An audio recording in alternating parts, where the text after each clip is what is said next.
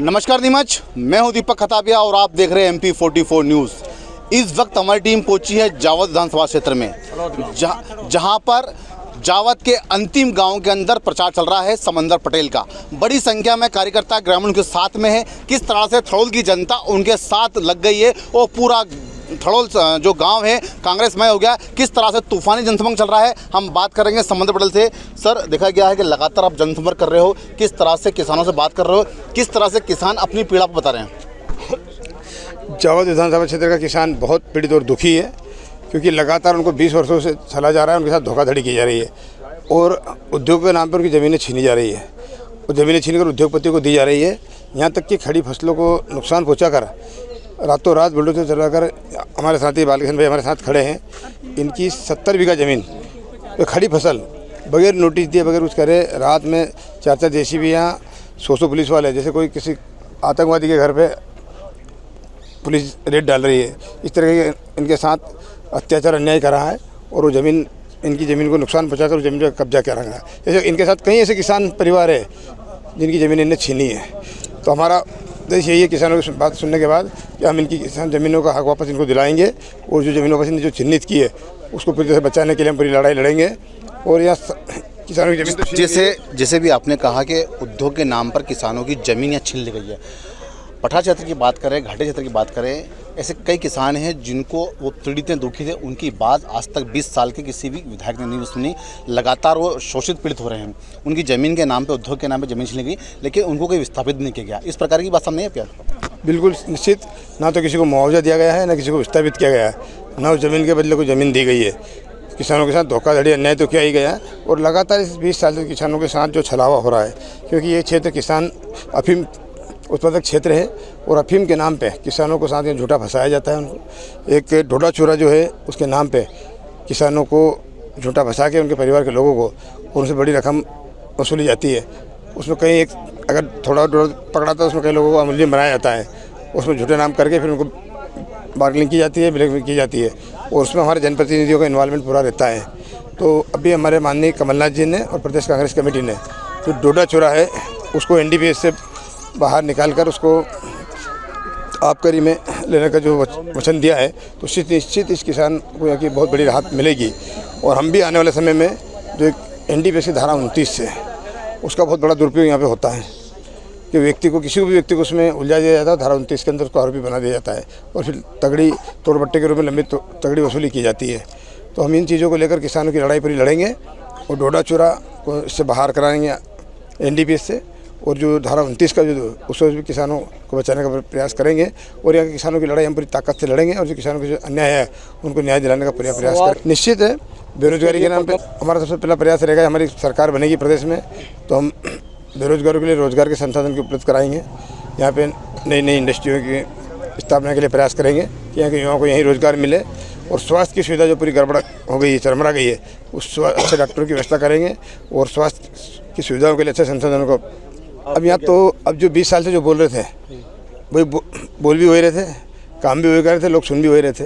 अब 20 साल बाद आज जनता परिवर्तन के मूड में है। मैं तो पहली बार यहाँ पे उम्मीदवार बन के आया हूँ और जो यहाँ की तकलीफें मैंने जनता की देखी है बहुत करीब से। आप दूसरी बार आए? एक बार देखा गया है यहाँ पर जावद की बात करें तो जावद के अंदर यहाँ के जो मंत्री हैं, MSC मंत्री, उद्योग मंत्री हैं, यहाँ स्वास्थ्य की बात करें, शिक्षा की बात करें, बड़े बड़े दावे उन्होंने किए कि यहाँ के बच्चा जापान जा रहा है, शिक्षित हो रहा है, लैपटॉप से पढ़ाई कर रहा है।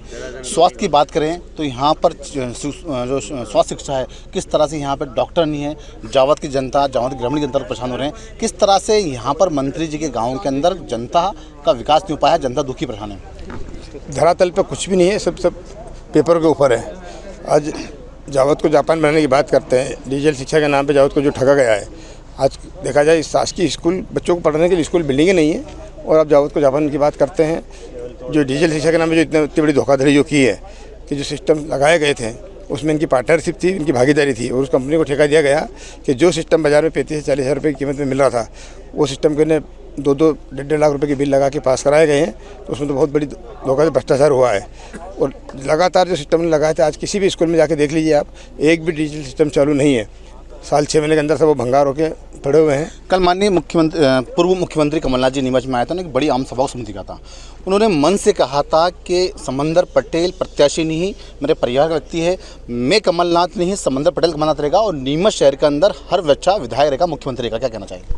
निश्चित, मैं तो शुरू दिन से यही कह रहा हूँ कि कांग्रेस एक परिवार है और उस परिवार का मैं सदस्य हूँ और जावद भी मेरा एक परिवार मानता हूँ मैं, और मैं इस परिवार का सदस्य हूँ। जावद का हर कांग्रेस कार्यकर्ता विधायक के रूप में चुनाव लड़ रहा है, अपने आप में प्रत्याशी है, और चुनाव के बाद भी जावद का हर कांग्रेस कार्यकर्ता अपने आप में विधायक रहेगा, ये मैं विश्वास दिलाता हूँ। देखा गया है कि कांग्रेस की हम बात करें तो अभी सीधी लड़ाई आपकी भाजपा से, एक तरफ समंदर पटेल है तो दूसरी तरफ मंत्री जी है और भाजपा की बाकी पुराना ही रहे। लेकिन कांग्रेस से जिसने बगावत की थी राजकुमार रही सत्यनारायण पाटीदार ने, वो लोग दिख नहीं रहे कहीं ना कहीं आपके साथ में। बालकृष्ण धाकड़ लगातार अपने सर्वे के साथ में घूम रहे, क्या कहना चाहेंगे? नहीं, बगावत नहीं की थी किसी ने, तो टिकट तक सबका विरोध था। वो टिकट के बाद हम सब संगठन और हमारे प्रदेश संगठन अपने स्तर पे हम सब एकजुट हो चुके हैं। सारे राजकुमार जी के जितने भी सारे कार्यकर्ता सब एकजुट हो गए, तीनों हमारे ब्लॉक अध्यक्ष वो सारा संगठन कर रहा है, और वो खुद भी एक दिन के अंदर क्षेत्र के अंदर आपको दिखेंगे, बराबर पार्टी का काम करेंगे। सत्यनारायण पाटीदार जी भी जो है उनके भी सारे लोग काम कर रहे हैं पार्टी का। बालकृष्ण भी लगातार मेरे साथ जनसंपर्क में, कार्यालय उद्घाटन में लगातार उनके जो जितने भी इनके कार्यकर्ता थे वो पूरी ताकत के साथ कांग्रेस को मजबूत कराने में, कांग्रेस जिताने में लगे हुए हैं। तो कांग्रेस में इस बार कोई फूट नहीं, एकजुट है कांग्रेस, और एक परिवार, कांग्रेस परिवार चुनाव लड़ रहा है। कांग्रेस परिवार चुनाव लड़ रहा है, उसी परिवार के बालकृष्ण धाकड़ हमारे साथ हैं। बालकृष्ण जी, समंदर पटेल का कहना है कि पूरी कांग्रेस पार्टी परिवार की तरह चुनाव लड़ रही है। आप पे भी कई तरह के आरोप लगे थे, लेकिन देखा गया है कि आप कांग्रेस के झंडे के नीचे समंदर पटेल का सहयोग कर रहे हो और गाँव-गाँव में जनसंपर्क कर रहे हो, क्या कहना चाहिए?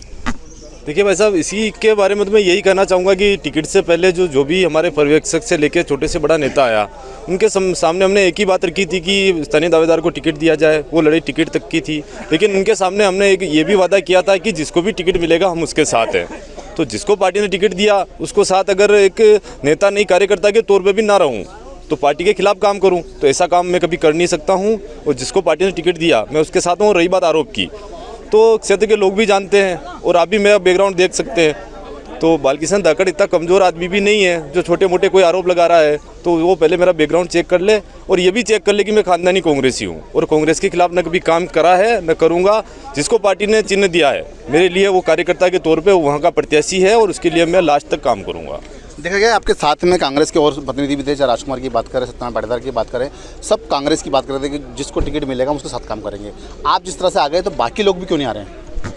देखिए, वो वरिष्ठ नेता है, मैं उनके लिए इतना नहीं बोल सकता हूँ, पर ये जरूर करना चाहूँगा, उनके विचारधारा कांग्रेसी है, उनके खून में कांग्रेस है, तो उनको बिल्कुल आ जाना चाहिए और कांग्रेस का काम करना चाहिए। क्योंकि आज जो कार्यकर्ता, मैं ये भी करना चाहूँगा कि आज अपन पार्टी के साथ नहीं रहेंगे, कार्यकर्ताओं के जो काम कर रहे हैं उनके साथ नहीं रहेंगे ना, कल आपको टिकट मिलेगा तो यही कार्यकर्ता कहेंगे पिछली बार तो आप पार्टी के साथ नहीं थे।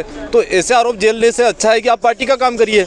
वो बात की बात है, आपका जब भविष्य होगा राजनीति में, आपका जब भी होगा, लेकिन अभी आप पार्टी के साथ नहीं रह के भी क्या मैसेज जाएगा? अगर अपन विरोध में रह के ये मैसेज भी कर ले कि हम विरोध में हैं साहब, हम साथ में नहीं लगे, तो अपने ऊपर कोई आरोप नहीं लगेंगे। लेकिन ये आरोप तो बाद में लगेगा ना, पार्टी के साथ नहीं थे।